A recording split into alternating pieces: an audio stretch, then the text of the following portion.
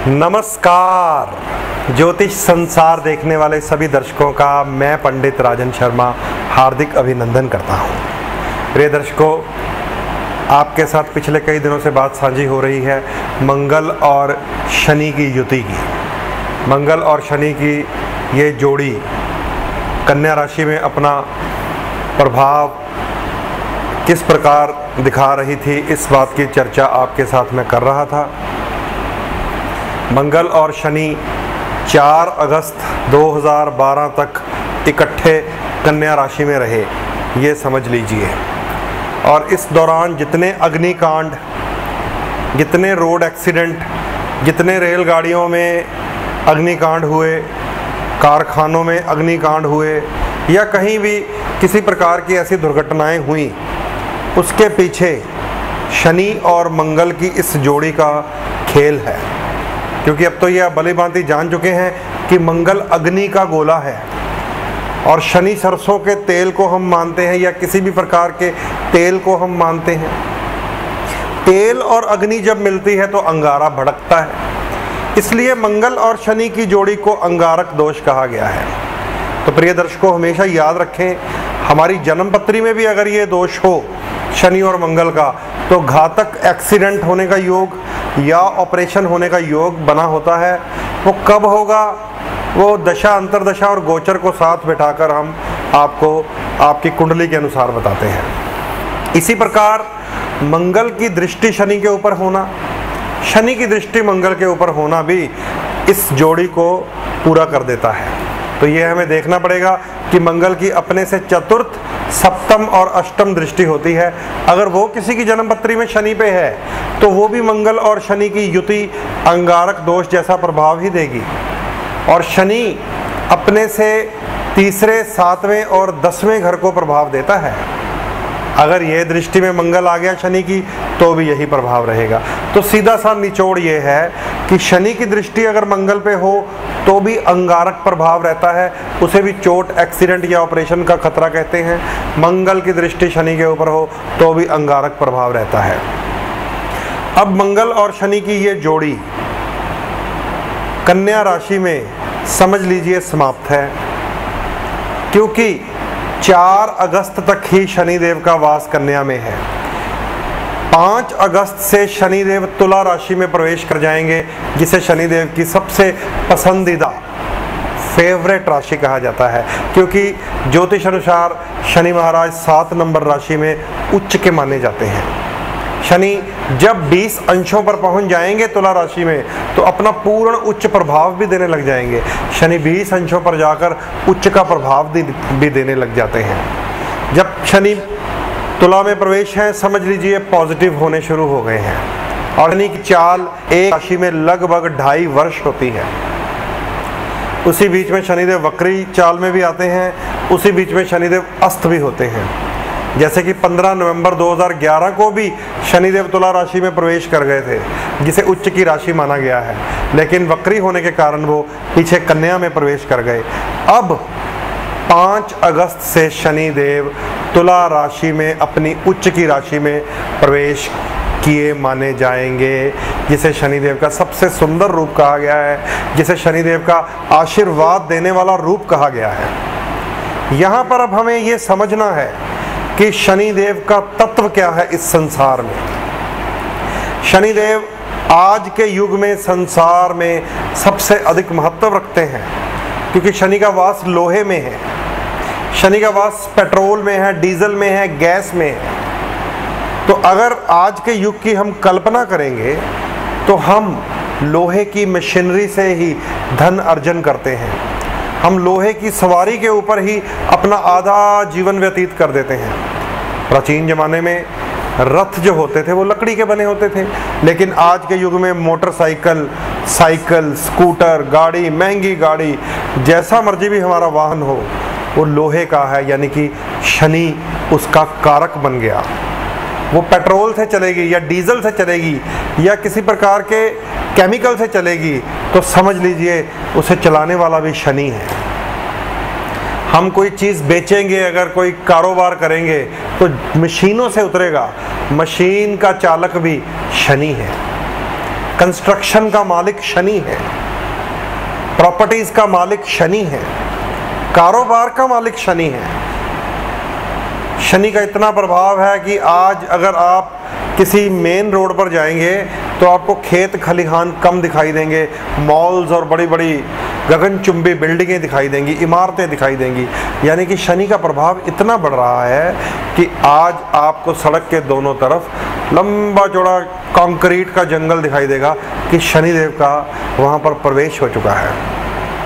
शनिदेव का प्रभाव इतना बढ़ गया है कि पहले कहीं गांव में अगर जाते थे तो मिट्टी की सड़कें होती थी, आज सड़कों ने पूरा जाल बिछा दिया है, वो भी शनिदेव का ही पूरा प्रभाव है।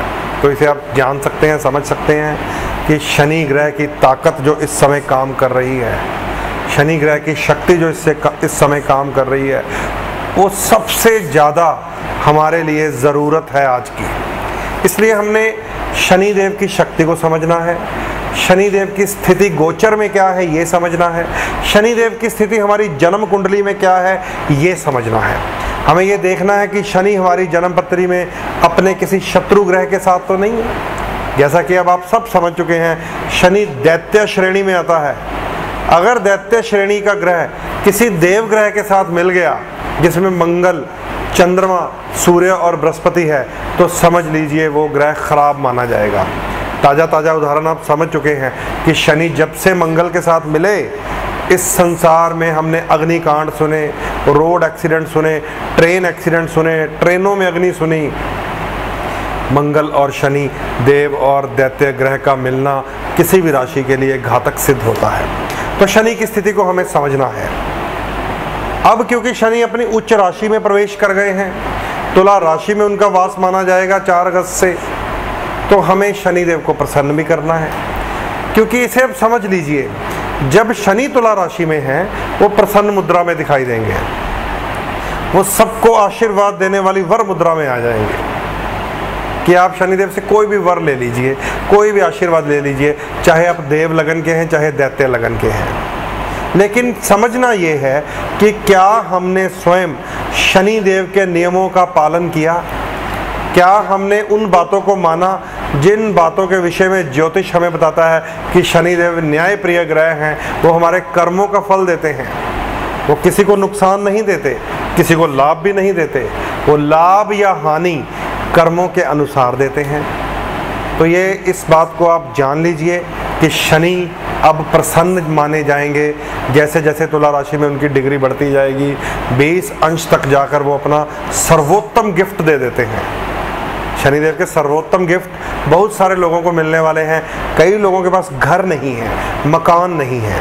जिनके पास मकान नहीं है, शनिदेव उन्हें मकान दे देते हैं अगर प्रसन्न हो जाए। जिनके पास वाहन में गाड़ी नहीं है, शनिदेव उनको गाड़ियां दे देते हैं। जिनके मशीनें नहीं चल रही, कारखाने चुप हुए पड़े हैं, शनिदेव उनकी मशीनें चला देते हैं। जिनकी मजदूरों के साथ बनती नहीं है, अपनी ही लेबर, अपनी ही फोरमैन से झगड़ा रहता है, शनिदेव अब प्रसन्न होंगे तो उनकी ये सारी सुलह सफाई करवा देंगे। अब हमें शनिदेव को प्रसन्न करने के लिए प्रयास करने हैं। अपनी लगन पत्रिका के अनुसार, अपनी जन्म पत्रिका के अनुसार और गोचर के अनुसार शनिदेव की स्थिति को समझना है। ऐसे समय में शनि की शक्ति को स्थिर करना चाहिए, स्टेबल करना चाहिए। शनिदेव को तेल अभिषेक किया जाता है, शनिदेव का रत्न नीलम पहना जाता है, शनिदेव का रंग काले रंग का है। इसलिए काला वस्त्र जिन जिन लोगों को ज्योतिष अनुसार मैं बताऊंगा या अक्सर अपने क्लाइंट्स को बताता रहता हूं, उनके लिए बहुत शुभ काम करेगा। तो शनिदेव का रत्न नीलम, शनिदेव का रंग काला और शनिदेव की आरती पूजा, शनिदेव का तेल अभिषेक शनिदेव की शक्ति को स्थिर करता है। शनिदेव प्रसन्न होते हैं निर्धन की सहायता करने से। शनिदेव प्रसन्न होते हैं मजदूर को उसकी पूरी मजदूरी देने से। शनिदेव एक रुष्ट बालक है शास्त्रों के अनुसार, सूर्य से नाराज हैं। आप सारी कथा सुन चुके हैं मेरे मुख से। इसलिए किसी निर्धन बालक की सहायता करना, किसी रुष्ट बालक की सहायता करना, किसी को वस्त्र पहनाना, चप्पल पहनाना, किसी की विद्या के लिए, पढ़ाई के लिए, स्टडी के लिए हेल्प कर देना, समझ लीजिए शनिदेव से आशीर्वाद प्राप्त किया माना जाता है। तो शनिदेव तुला राशि में 2.5 वर्ष के लिए प्रवेश किए हैं। बीच में कुछ कमज़ोर भी होंगे क्योंकि वक्री फिर से हो जाएंगे। कुछ अस्त भी होंगे, कुछ शत्रु ग्रहों के साथ युति होगी, बीच में राहु भी शनिदेव से मिलेगा। तो इन सब चीज़ों से शनिदेव की शक्ति थोड़ी वीक होती है, कमज़ोर होती है, क्षीण होती है, लेकिन रहेंगे वो अपनी प्रसन्न राशि तुला में ही। इसलिए शनिदेव की शक्ति को हमें क्षीण नहीं होने देना, शनिदेव की शक्ति को अपने तक खींचना है, शनिदेव के आशीर्वाद को प्राप्त करना है। उसके लिए हमें नीलम रतन धारण करना चाहिए। नीलम रतन किसको पड़ेगा, किसके लिए अवॉइडेबल है, ये सब आपकी जन्म पत्रियाँ बताएंगी। तो दर्शकों, इन सब बातों को आप समझ लीजिए, जान लीजिए, क्योंकि बहुत बड़ा एक राशि परिवर्तन होने जा रहा है शनि देव का। और ये भी जान लीजिए, शनि देव जब उच्च होने जा रहे हैं तो 30 वर्षों में एक बार उच्च होते हैं। तुला राशि में वापस आने में उन्हें 30 वर्ष लगेंगे अब। तो 30 वर्षों में एक बार शनिदेव उच्च का प्रभाव देंगे। सबसे अधिक रिलीफ मिलेगी सिंह राशि वालों को, जिनकी 7.5 कंप्लीट हो जाएगी। सिंह राशि वालों की 60 पूरी हो जाएगी।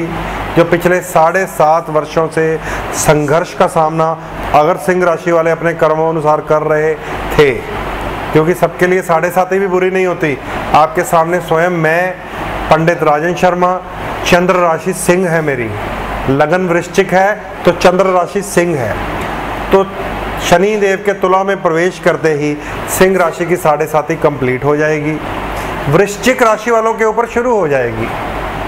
अब ये 7.5 कन्या, तुला और वृश्चिक राशि पे होगी, ये याद रख लीजिए। और वृश्चिक के लिए शनि बड़े शत्रु माने जाते हैं। कन्या, तुला और वृश्चिक के ऊपर अब ये 7.5 का प्रभाव रहेगा। मिथुन और कुंभ जिनकी राशि है उनका ढैया कंप्लीट हो जाएगा। उन्हें भी ये एक खुशखबरी के तौर पे मैं सुना देता हूँ। जैसे सिंह राशि की 7.5 समाप्त होने जा रही है, वैसे ही मिथुन और कुंभ राशि का ढैया समाप्त होने जा रहा है। अब ये ढैया कर्क राशि और मीन राशि वालों के ऊपर अपना प्रभाव देगा। तो दर्शकों याद रख लीजिए, कर्क राशि और मीन राशि पे ढैया है, वृश्चिक, तुला और कन्या के ऊपर 7.5 है। लेकिन फिर भी मैं यही कहूँगा, ये वाले जो 2.5 वर्ष हैं, जब तक शनिदेव का प्रभाव तुला राशि में रहेगा, हमें 7.5 या ढैया से भी घबराने की आवश्यकता नहीं है, क्योंकि न्यायाधीश प्रसन्न रहेंगे, शनिदेव प्रसन्न रहेंगे। हमें केवल उनकी प्रसन्नता को हासिल करना है, उनके आशीर्वाद को प्राप्त करना है। अपनी अपनी जन्म पत्री अवश्य दिखाएं, क्योंकि ये दिन फिर ना आएगा जो 30 वर्ष बाद उच्च होने लगे हैं शनि। इस समय देव लगन और दैत्य लगन वालों को शनिदेव को किस प्रकार प्रसन्न रखना है, ये विद्या सिखाई जाएगी। ये आपको सीक्रेट कोड्स खोलकर बताए जाएंगे। और सबसे बढ़िया प्रभाव देगा इस समय नीलम रतन।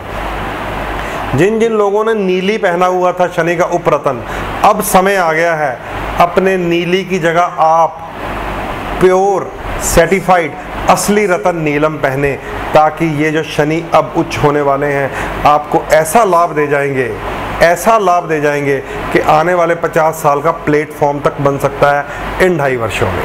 तो ये सारी बातें आपके साथ खोलूँगा। आपको लाभ किस प्रकार लेना है ये टेलीविज़न के माध्यम से, चैनल के माध्यम से भी बताया जाएगा। पूर्ण अगर आप अपनी पत्री का ब्यौरा जानना चाहते हैं, जन्म पत्री दिखाकर समझें शनिदेव से कैसे लाभ लिया जाएगा, उसके लिए आप स्क्रीन पर आ रहे नंबर पर कॉल करके मुझसे मिल भी सकते हैं। यही संदेश देता हुआ अपनी वाणी को विराम लगाता हूँ। नमस्कार।